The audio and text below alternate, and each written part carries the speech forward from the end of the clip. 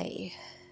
Well, I know it's been a long time since I have done a video, and there's a reason for that. And I think we'll discuss that a little bit. But I kind of want to discuss some things in the meantime before we get to that point of where I'm at and why where I'm at is kind of important. You'll see behind me there's a beautiful tree. It is live oak, and I am in a place called Mepkin Abbey down in South Carolina. It's a place where I was first introduced to 3 years ago, I think. If you recall my timeline where I kind of went through everything that I have been through in this last bit of depression and anxiety and things, even though this process I have discovered has been a 10-year long battle that I've been going through, but the toughest battle has been these last few years. 3 years ago was a pretty intense time for me. I started coming down here for a month with my best friend who stays and lives down here, and I got the opportunity to come out here. She brought me out here and we took a tour. And what it is, it's actually a monk's monastery, and it is beautiful. It's serene. There's a lot of garden area. There's a lot of just peacefulness and calmness. So we took a tour of their service and got a little bit of the history. And up until that point, I was feeling nothing. I was not connecting with life. I was not connecting with the world around me. I was not connecting with anything. I sat there as they sang their prayers. I wanted to at least try. I wanted to feel something. I haven't felt for a long time, and I really wanted to feel something good. I wanted to feel a connection. I didn't want to force anything. So I just sat there and I closed my eyes. And for the first time in, oh gosh, I can't even tell you how many years, I felt a connection to not just some emotions and some feelings, but to my surroundings and what was going on. And that was huge for me. I wept. I cried. It was overpowering, and that was the very first time in a long time that I felt anything like that outside of gloom and doom and despair. And since then, I have come out here every year that I come back. And last year I came out a couple of times and spent some time with just me and my dog. And there was a moment, again, where I needed to know something. I needed to feel something. I couldn't feel again, and I'm just struggling to try to understand anything in my life, and I couldn't. The garden is rather large, and I could have stopped anywhere to take a break and sit, and I walked up to a certain spot and I sat just contemplating and trying to figure out what my life was and where we were going and what we were doing. I look up, and there in front of me were two statues, one on one side, one on the other. And there was a very tall, beautiful tree in the middle. And there was this pathway that I had been back many times, and I knew what was back there. So it kind of helped me to understand when I looked up what this was meaning. And it kind of dawned on me, these two statues, one is the beginning of Christ's life when he was born, and they were carved out of trees that were blown down during the Hurricane Hugo. And then the other statue on the other side was of his death, of his crucifixion. And in the middle was this gorgeous tree, and beyond that and this path that leads down to, if you didn't take it, you didn't know. And down this path, there is a wall that shows who has donated and who has given time and money to maintain the gardens, and gives a little bit of information as to what's back here. And then further back, there is a graveside of some former owners of the property. Beautiful information, things to maintain the garden. Obviously, the people that funded it and donated, those things are important to maintain the beauty of the property. And if those weren't done, the beauty of the property wouldn't be so beautiful. So my mind put this together as we've got the beginning, we've got the end of a life, and in the middle, it's subtle, so you got to look for it, was beauty. It was hidden. The tree is just a tree, but he had to stop and look and see. It's beautifully shaped. It's a gorgeous tree.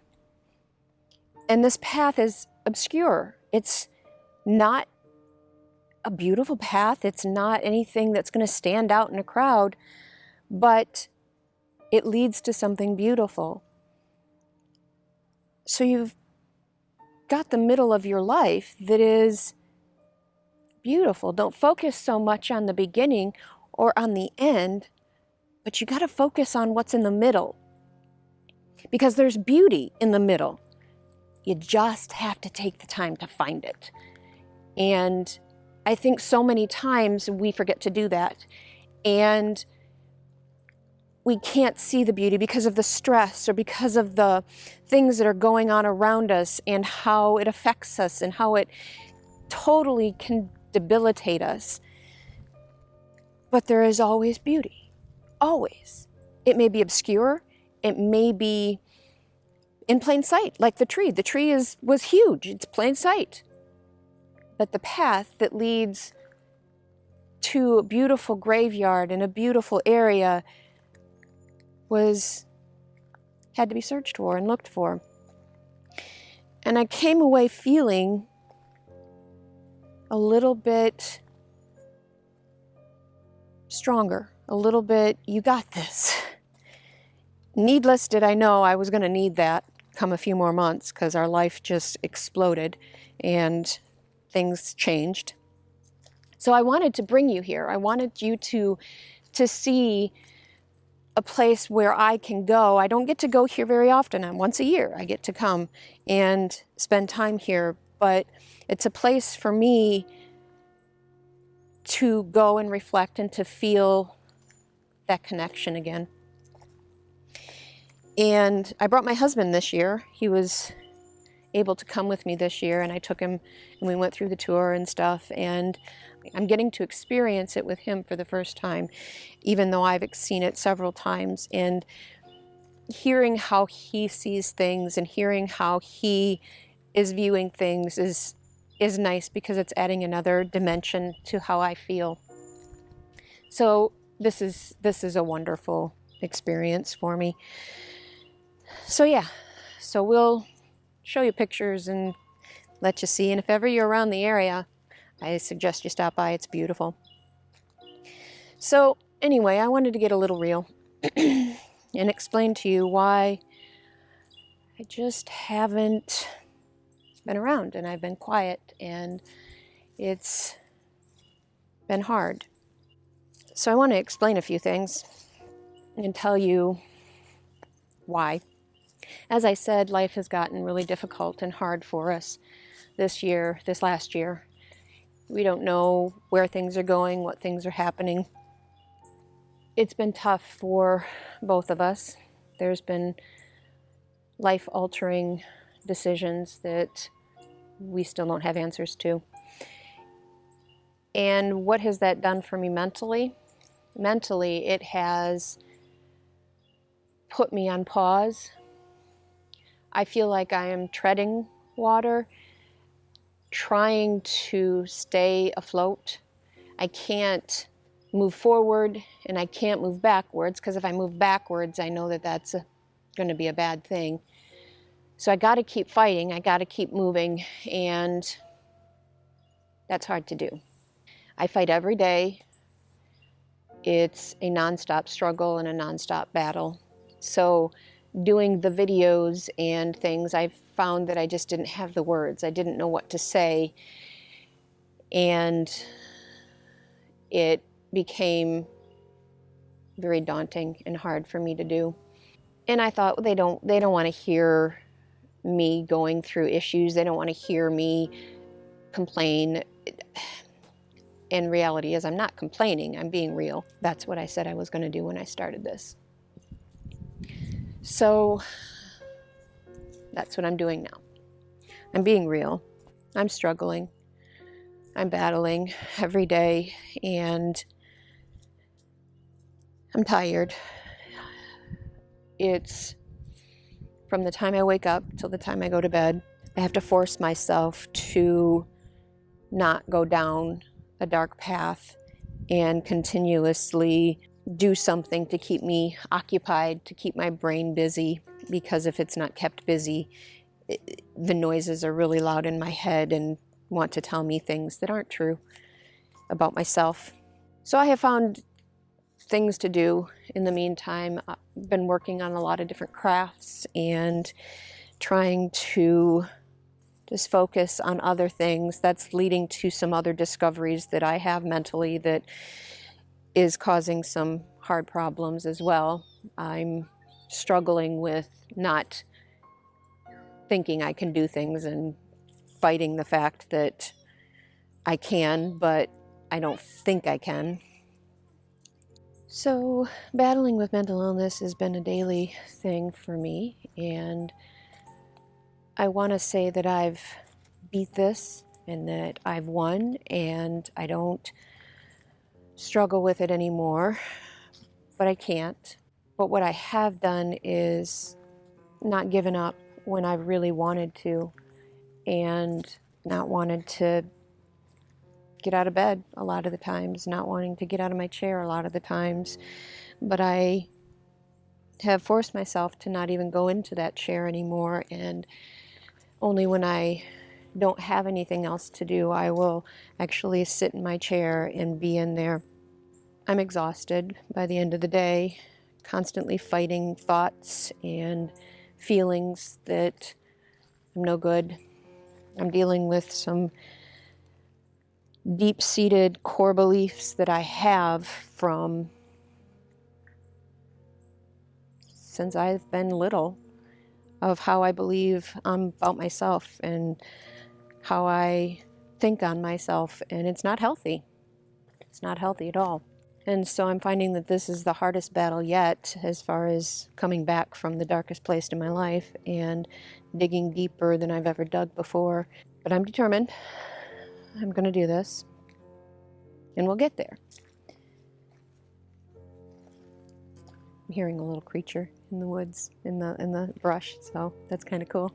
I guess the point that I want to make through all of this, even though I'm saying that I'm struggling and that I'm battling and I'm having a hard time and fighting, and if you know me, if you're a good friend or family of mine and you didn't know that I was really struggling, because again, that goes back to the I don't share how I feel unless you have been there with me the entire time and fought with me and stood by me and shown me that you're not going to give up on me. I don't really reach out. I don't say anything.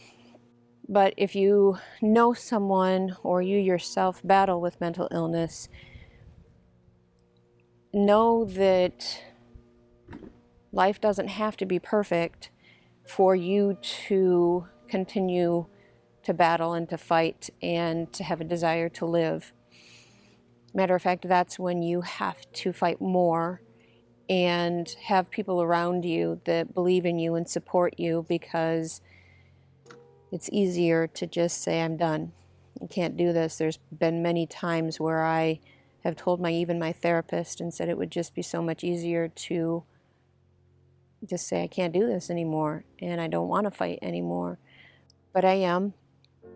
And as things look like there might be a little bit of change coming our way, there's still a lot of unknown. That's not healthy for my mental state, but I'm working through it and I'm trying hard. We'll get there. So I guess in conclusion, I want to bring you back to what I stated in the beginning about there is a middle, there's a beginning, and there's an end. Sometimes we skip over the middle and we don't see the important things, and we don't stop to try to find the beauty in life and the meaning to simpleness. So take time to find the beauty, as small as it is. It could be obscure. Take time. It could be right in front of your face. Take time. It's there. I promise it's there. It may not be a tree. It may not be a path, but it's something. And it'll give you strength. It'll give you enough energy to get through that moment. It's there. Find the beauty.